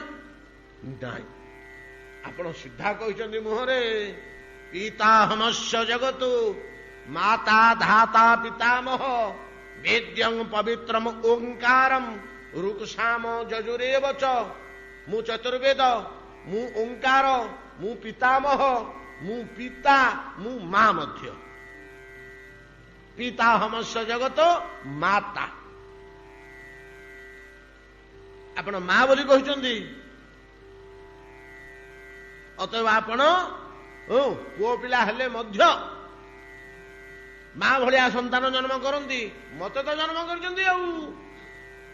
ଆଉ ବାକି ଦ୍ୱିତୀୟ ପ୍ରମାଣ କଣ ଦରକାର? ମୁଁ ତ ନିଜ ଜନ୍ମ ହେଇଛି ଆପଣଙ୍କ ପେଟରୁ, ମୁଁ ନିଜେ ଆପଣଙ୍କ ପେଟରୁ ଜନ୍ମ ହେଇଛି। ଅତଏବ ଯେହେତୁ ଆପଣଙ୍କର ମୁଁ ଗର୍ଭଜାତ ସନ୍ତାନ, ହେ ପ୍ରଭୁ ମୁଁ ବାରମ୍ବାର ଅପରାଧ କରି ପକଉଛି, ବାରମ୍ବାର ପଦାଘାତ କଲେ ମଧ୍ୟ ମା ଯେମିତି ସୁଖୀ ହୁଏ, ଦୁଃଖିନୀ ହୁଏ ନା, ଅଭିଶାପ ଦିଏ ନା, ସ୍ୱର୍ଗର ସମସ୍ତ ମୋର ଅପରାଧ କ୍ଷମା କରନ୍ତୁ ପ୍ରଭୁ, କ୍ଷମା କରନ୍ତୁ। ବ୍ରହ୍ମା ଅପରାଧ କ୍ଷମା କରିବା ନିମନ୍ତେ କହୁଛନ୍ତି, ଉତ୍କ୍ଷେପଣଂ ପାଦଗତ उत्क्षेपणं गर्भगतस्य पादयो किं कल्पते। माँ कौन कल्पना करे आग से अपराध बोली कल्पना करे, पिलाटार अपराध बोली कल्पना करे ना अभिशाप दिए दिए ना। अय ब्रह्मा मु शुणुली जदि कृष्ण ये कहती मु शुणुली हाँ तमें गोटे का पेटरू जन्म होइछ, तमें गोटे का पेटरू जन्म होइछ बोली मु शुणुली। से गोटे शोइथिला ता पेटरू गोटे पद्म बाहरला, से पद्म भितर तुम प्रकाश पाइल। ए जगत रे साधारण लोके मांकर पेट भितर गोटे पद्म रक्त मांसर तैयारी हुए, रक्त मांसर गोटे पद्म तैयारी हुए, से पद्म ताकू आम जरायु कहूचे, कहती फूल बोली कहती, पद्म बोली न कहले मत साधारण जगत रे गाईटे जन्म कले ए फूलटा पड़लानी ता देहरे शिशुटी उत्पन्न हुए, एटा स्वाभाविक कथा। पद्म उपरे शिशु उत्पन्न हवा आ तमे गोटे का पेटरू एमती पद्मरू जात होइछ बोली मु शुणुची, हेले मु नुह तो मु नुह मु कि मु जन्म करते मु नंदनंदन यशोदानंदन ब्रजर गोकुल चंद्रमा मु तो मात्र सब 10 वर्ष बयस ये रही, मोर तो बयस है 6 वर्ष। आ तुमको केमी जन्म कली कूदन किए देखी पचार ब्रजर एत लोक अच्छा मुझे ब्रज छाड़ी आज मतलब कुआड़े जाइनी कूदन जन्म कली ना नहीं जे प्रभु से कथा नुह। गोटे कथा कहूँ आपण गर्भ भितर हऊ आपण मत जन्म करना बोली कहते आपण गर्भ भितर कौन नाई जे कौनटा अच्छी मो पेट भितर मो माँ आज खावा देता दही भात खंडे अला कोली आचार जोड़े 3टा थी आ कौनटा अच्छी आ मुझे किसी खाई अच्छी एति अच्छी ना हाँ एति अच्छी। माँ जो आप मृतिका भक्षण करुले 2 हस्ते 2 मुख को विदीर्ण कर भितर को चाहिए कौन देखिले छुड़ा कुआड़ा गला आपण पेटरू सब जीर्ण होगा कौन देखिले माँ पेटरे व्यादहिते विदारिते सुसुखे दृष्टवा समस्तम जगत अनंत कोटि ब्रह्मांड कोटि कोटि सूर्य कोटि कोटि चंद्रमा कोटि कोटि हिमालय कोटि कोटि सागर कोटि कोटि ब्रह्मांड तो कौन केते देवता केते इंद्र केते शिव केते विष्णु ये सबुड़ा को देखिले भितर आपण पेट भितर गुड़ाक नाई पचारू तू 5 जन को ना मु कौन देखी माँ कौन देखी के जानी ना माँ को पचारू तू कौन देखला आप आखि बुझी देखिए आँ कर देखिए केमी कौन माँ पेट भितर देखला मु जानी ना माँ युड़िक सब देखला हेले आपण पेट भितर प्रभु कौन नहीं जेहेतु अनंत कोटि ब्रह्मांड आपण गर्भ भितर रही देवता माने कौन सिद्धांत कले सिद्ध मुनि ऋषि माने महाकाश रे कौन सिद्धांत कले माँ जो दामोदर मासरे बांधी पकईले आम दामोदर अष्टक नीति पाठ करुछटी जो बांधी पकईले कौन देखिले माँ ता भितर देवता माने सिद्ध मुनि ऋषि माने आकाश रु कौन कहले अरे केड़े कथा हल रे जे जगतर समस्त ब्रह्मांड जा भितर अच्छी जगतर बाहर जी अंतर बहिश्च भूतानम नहीं कि जे जगतर पूर्वर अच्छी जे परे अच्छी पूर्वापर अंतर बहि जगत जगत च जह पूर्वापर अंतर बहि जार पूर्वर कहीं नहीं कि परे कहीं नहीं जार भीतर किए नहीं कि बाहर किए नहीं बाहर जदि किए नहीं आपण केवल बाहर रही आले सबुड़ाक आप भीतर रही कि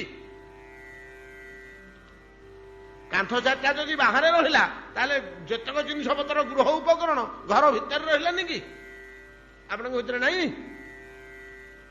ये अनंत कोटि ब्रह्मांड जो आपण भितर अच्छी गर्भ भितर जो मुझे गर्भ अच्छी ना नहीं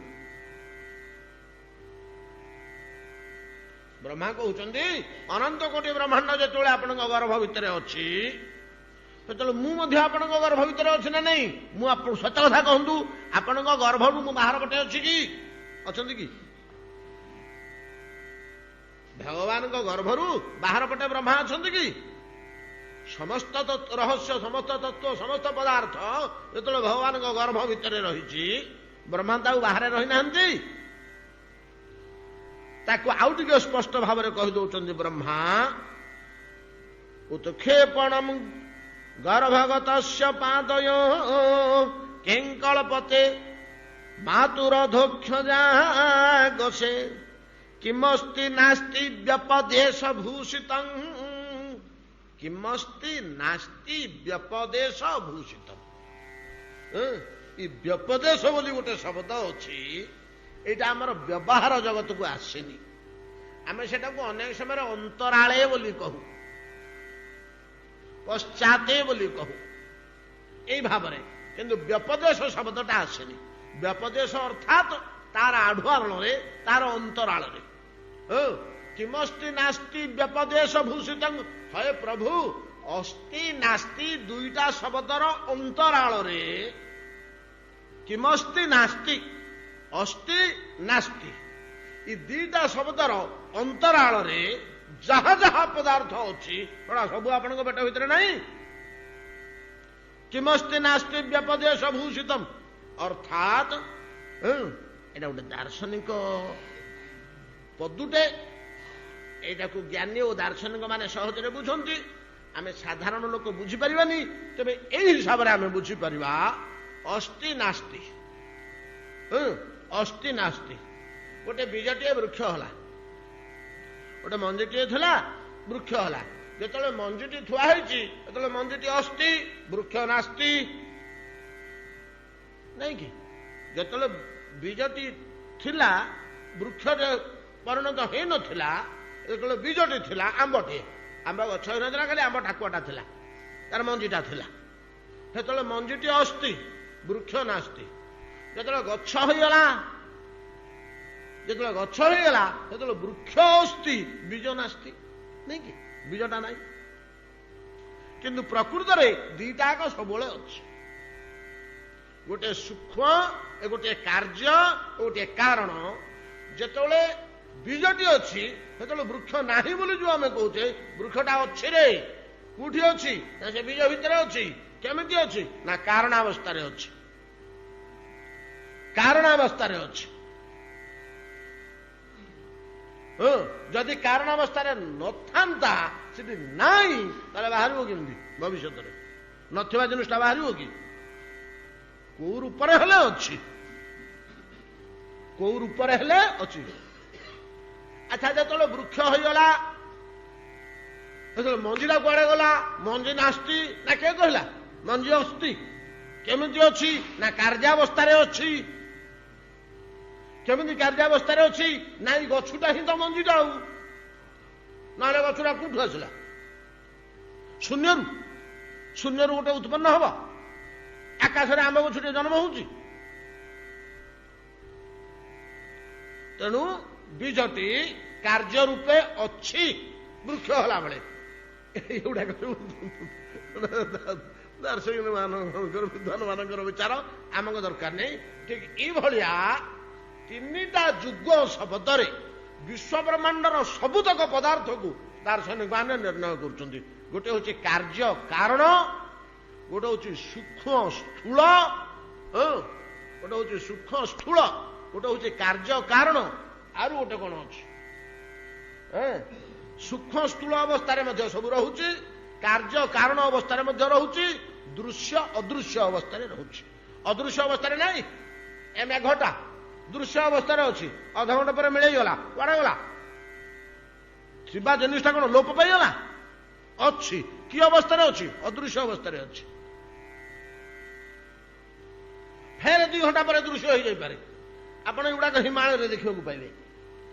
ହିମାଳୟରେ ଯଦି ଆପଣ ଗଙ୍ଗୋତ୍ରୀ, ଗୋମୁଖ ପ୍ରଭୃତି ଯାତ୍ରା କରୁଥିବେ, ବଦ୍ରନାଥ, କେଦାରନାଥ ପ୍ରଭୃତି ଯାତ୍ରା କରୁଥିବେ 4 ଘଣ୍ଟା 6 ଘଣ୍ଟା ରାସ୍ତାରେ, ସେ ଜାଗାଟା ସେଇ ଭଳିଆ।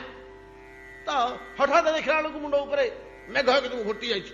ଏଇ 10-50 ହାତ ଉଚ୍ଚ କଳାହାଣ୍ଡିଆ ମେଘ ଏଲେ ଯେମିତି ବର୍ଷିଯିବ ସମସ୍ତେ ବର୍ଷି ଦିଏ ମଧ୍ୟ। ପୁଣି ଆଉ ଥରେ 10 ମିନିଟ୍ ପରେ ଚାହିଁଲା ବେଳକୁ ଯେତେବେଳେ ଫାଙ୍କା ହେଇଗଲା ଟିକେ ଆଲୁଅ ଦଉଥିଲା ଫେର ଉପରୁ ଚାହିଁଲା ବେଳକୁ ଟିକେ ହେଲେ ମେଘ ନାହିଁ କୁଆଡେ ମିଳିଗଲାଣି। ଦୃଶ୍ୟ ଅଦୃଶ୍ୟ, ସୂକ୍ଷ୍ମ ସ୍ଥୂଳ ଓ କାର୍ଯ୍ୟ କାରଣ। ଦୃଶ୍ୟ ଅଦୃଶ୍ୟ ନୁହେଁ, ଭୁଲ କହିଲି ସେଟା। ଭାବ ଅଭାବ, ଭାବ ଅଭାବ, ସୂକ୍ଷ୍ମ ସ୍ଥୂଳ ଓ ଆଉ କାର୍ଯ୍ୟ କାରଣ, ଏ ତିନିଟା ଅସ୍ତି ନାସ୍ତିର ବ୍ୟପଦେଶରେ ରହୁଛି। ଅସ୍ତି ନାସ୍ତି ଶବ୍ଦର ଅନ୍ତରାଳରେ ରହୁଛି। କିମସ୍ତି ନାସ୍ତି ବ୍ୟପଦେଶ ଭୂଷିତମ୍। ନା ସतो ବିଦ୍ୟତେ ଭାବୋ ନା ଭାବୋ ବିଦ୍ୟତେ ସତଃ ଉଭୟ ରୂପୀ କୌନ୍ତେୟ ଦୃଷ୍ଟାନ୍ତ ତତ୍ତ୍ୱଦର୍ଶିନଃ। ଶ୍ରୀମଦ୍ ଭଗବତ ଗୀତା କହୁଛନ୍ତି ଯେ ଗୋଟେ ଶ୍ଲୋକରେ, ଏଟା 2ୟ ଅଧ୍ୟାୟରେ ଅଛି, ଯେ ଏଇ ଜଗତରେ ଭାବ ଅଭାବ କହନ୍ତୁ ବା ସତ ଅସତ କହନ୍ତୁ, କାର୍ଯ୍ୟ କାରଣ, ସତ ଅସତ, ସୂକ୍ଷ୍ମ ସ୍ଥୂଳ, ଏ ତିନିଟା। ସୂକ୍ଷ୍ମ ସ୍ଥୂଳ, କାର୍ଯ୍ୟ କାରଣ, ସତ ଅସତ, ଏମିତି ତିନୋଟି। ଏ ଶରୀରଟା ହଉଛି ଅସତ, ତା ଭିତରେ ଆତ୍ମା ହଉଛି ସତ। ସତ ଅସତ, ସୂକ୍ଷ୍ମ ସ୍ଥୂଳ, କାର୍ଯ୍ୟ କାରଣ, ଏ ତିନୋଟି ଯୁଗ ଶବ୍ଦ ଭିତରେ ଏ ସମସ୍ତ ବିଶ୍ୱ ବ୍ରହ୍ମାଣ୍ଡଟାକୁ ବିବେଚନା କରିଛନ୍ତି।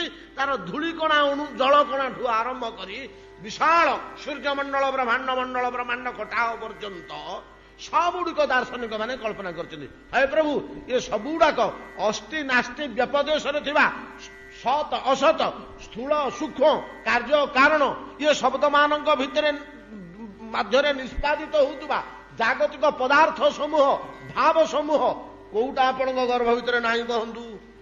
ନାଇଁ, ଏ ସବୁଗୁଡାକ ଆପଣଙ୍କ ଗର୍ଭ ଭିତରେ ଅଛି। ଏ ସବୁଗୁଡାକ ତ ଆପଣଙ୍କ ଗର୍ଭ ଭିତରେ ଅଛି, ଆଉ ମୁଁ କୁଆଡେ ଗଲି? ମୁଁ କଣ ୟା ଭିତରେ ନୁହଁ? ତେଣୁ ମୁଁ ମଧ୍ୟ ଆପଣଙ୍କ ଗର୍ଭ ଭିତରେ ଅଛି। ତେଣୁ ବିଶ୍ୱ ବ୍ରହ୍ମାଣ୍ଡର ଯାବତୀୟ ସ୍ଥାବର ଜଙ୍ଗମ ଆପଣଙ୍କର ସନ୍ତାନ, ଆପଣଙ୍କର ଶିଶୁ। ଆମେ ଯେତେ ଆପଣଙ୍କ ପାଖରେ ଅପରାଧ କଲେ ମଧ୍ୟ ଆପଣ ଆମକୁ କେବେ ହେଲେ ରାଗିବେନି। ଆମେ ସବୁଗୁଡାକ ଆପଣ କ୍ଷମା କରିବେ। 10ଟା ପିଲା ଜନ୍ମ କରିଛି ଗୋଟେ ମା, ସେ କଣ ସବୁ ପିଲା ତ ଗୋଇଠା ମାରିଛନ୍ତି? କାହାକୁ ହେଲେ ଜଣକୁ ସେ ଦଣ୍ଡ ଦେଇଛି ନା ଅଭିଶାପ ଦେଇଛି? କିନ୍ତୁ ଆପଣ ଅନନ୍ତ ଶିଶୁ ଜନ୍ମ କଲେ ମଧ୍ୟ ଆମ ସମସ୍ତଙ୍କର ପାଦାଘାତକୁ, ଯାବତୀୟ ଅପରାଧକୁ ଆପଣ କ୍ଷମା କରିବେ ସିନା। ଆଜ୍ଞା, ଏମିତି ଶ୍ଲୋକଟା ଆମେ କୌଣସି ଶାସ୍ତ୍ରରେ ପାଇବାନି। ବ୍ରହ୍ମା ପ୍ରମାଣ କରିଦଉଛନ୍ତି, ଯେ ତମେ 1000 ଅପରାଧ କର ରେ, ଭଗବାନ କେବେ ରାଗିବେନି ରେ, ମା ଭଳିଆ କ୍ଷମା କରିଦେବେ। ତମେ କାହିଁ ଡରୁଛ? ସେ କଣ ଅସୁର? ପରା ଜଗନ୍ନାଥ କୃପାମୟ ପ୍ରଭୁ, ଭୁଲଟେ ହେଇଗଲା ତମର, ତ ପିଲା ଲୋକ, ତମର ଭୁଲ ହେଇଗଲା। ତୁ କାଚ ଗିଲାସଟେ ଭାଙ୍ଗିଦେଲୁ, 1.5 ବର୍ଷର ପିଲାଟା କାଚ ଗ୍ଲାସଟେ ଭାଙ୍ଗିଦେଲା, ମା ତା ହାତକୁ ମୋଡିକି ଭାଙ୍ଗି ଦଉଛି। କେବେ ଦଣ୍ଡ ଦେବେନି। ଆମର ଗୋଟେ ଅଯଥା କୋକୁଆ ଭୟ। ଅନେକ ଲୋକ କହନ୍ତି, ଆଜ୍ଞା ମୁଁ ଏମିତି ଯାଉ ଯାଉ ଆଉ ଗୋଟେ ଏମିତି ସେମିତି ହେଇଗଲା, ଯୋଉଟେ ଅପରାଧଟେ ହେଇଗଲା ଆଜ୍ଞା, ଆଉ ମତେ 8 ଦିନ ହେଲା ଜ୍ୱର ଛାଡୁନି, ସେଇଥିରୁ ହେଲା କି? ନାଇଁ ନାଇଁ ନାଇଁ ନାଇଁ, କେବେ ହେଲେ ନୁହଁ। ଭଗବାନ ଦଣ୍ଡ ଦିଅନ୍ତିନି କାହାକୁ। 1000 ଆମର ଅପରାଧ ହେଇଗଲେ ମଧ୍ୟ ପ୍ରଭୁ କ୍ଷମା ଦିଅନ୍ତି। ଯିଏ ଦଣ୍ଡ ଦିଏ ଦୋଷକୁ, ସେ ଅପଦେବତା, ଦେବତା ନୁହଁ। କ୍ରୂର ଦେବତା, କଠୋର ଦେବତା, ଅପଦେବତା, ଏମାନେ ଦଣ୍ଡ ଦିଅନ୍ତି। ଚଣ୍ଡୀ, ଚାମୁଣ୍ଡା, ଭୂତ, ପ୍ରେତ, ପିଶାଚ, ଯକ୍ଷ, ରକ୍ଷ, ଏମାନେ ଦଣ୍ଡ ଦେବେ। କିନ୍ତୁ ବିଷ୍ଣୁ ଅଂଶ ଯିଏ ଭଗବାନ, ସେ ତ ପରମ କୃପାମୟ, କରୁଣାମୟ। ଆମେ 1000 ଅପରାଧ କଲେ, ଦୋଷ କଲେ, ସେ ଦଣ୍ଡ ଦେବେ? କେବେ ଦଣ୍ଡ ଦେବେନି ଆଜ୍ଞା, କେବେ ଦଣ୍ଡ ଦେବେନି। କ୍ଷମା ବ୍ୟତିରେକ ଆଉ ଦ୍ୱିତୀୟ ଜିନିଷ ସେ କିଛି ଜାଣନ୍ତିନି। ଆମେ ତ ସମସ୍ତେ ତାଙ୍କର ସନ୍ତାନ, ଆମକୁ ଦଣ୍ଡ କଣ ଦେବେ? ବରଂ ଦୁଃଖ କରିବେ, ହେ ଚଣ୍ଡାଳ ଭାଙ୍ଗିଦେଲା ରେ, ଗଲା ଗୋଟେ ଜିନିଷ ଥିଲା, ଏଦିନ ହେଲା, ଏଇଟା ଜନ୍ମ ହେଲା ଯେ ଭାଙ୍ଗିଦେଲା, ଏତିକି ସିନା କହିବେ। ସେଇଟା ଫେରେ ତାଙ୍କୁ ଆନନ୍ଦ ଦବ, ଏଇଟା ଜନ୍ମ ହେଇକି ଭାଙ୍ଗିଲା, ଏତେ କାଳର ଯେ ନିଷ୍ଠ ଥିଲା, ଏ ଚଣ୍ଡାଳ ଜନ୍ମ ହବାରୁ ଭାଙ୍ଗିଲା। ଖୁସି ବରଂ ହେବେ ସିନା, କେତେବେଳେ ହେଲେ। ଏ ଶ୍ଲୋକର ତାତ୍ପର୍ଯ୍ୟ ବୁଝନ୍ତୁ ତ। ପ୍ରସଙ୍ଗ କ୍ରମେ ବ୍ରହ୍ମା କହୁଛନ୍ତି, ନିଜକୁ ଉପଲକ୍ଷ୍ୟ କରି ଆମେ ଭଗବାନଙ୍କ ଚରଣାର ବିନ୍ଦରେ ଯଦି କେତେବେଳେ ଅପରାଧ ହେଇଗଲା କି ଭୁଲ ହେଇଗଲା, ଡରିବାର ନାହିଁ। ଖାଲି କହୁଛ, ପ୍ରଭୁ ଆଉ ଏମିତି କରିଦେଲି ତ ହେଇଗଲା, ଆଉ ମୁଁ ଜାଣିନି ଆଜ୍ଞା, ହେଇଗଲା, ଆଉ କ୍ଷମା କର। କିନ୍ତୁ କ୍ଷମା କରନ୍ତୁ ବୋଲି କହିବାକୁ ହବ। ଗୋପତୃତ୍ୱ ବର୍ଣ୍ଣମ ତଥା ଭକ୍ତିର ସେଇଟା ହଉଛି ଗୋଟେ ଅଙ୍ଗ। କିଛି ଭୁଲ ହୋଇଗଲେ ଭଗବାନଙ୍କ ପାଖରେ ସ୍ତବସ୍ତୁତି କରିବା, ଅପରାଧ କ୍ଷମା କରିବା ପାଇଁ ନିବେଦନ କରିବା, ଏଇଟା ହଉଛି ଭକ୍ତିର ଗୋଟେ ଅଙ୍ଗ। ଏଇଟା ଆପଣଙ୍କ ତରଫରୁ କରିପାରିବେ। ସେ କିନ୍ତୁ ରାଗିବେନି କି କେତେବେଳେ ହେଲେ ଅଭିଶାପ ଦେବେନି।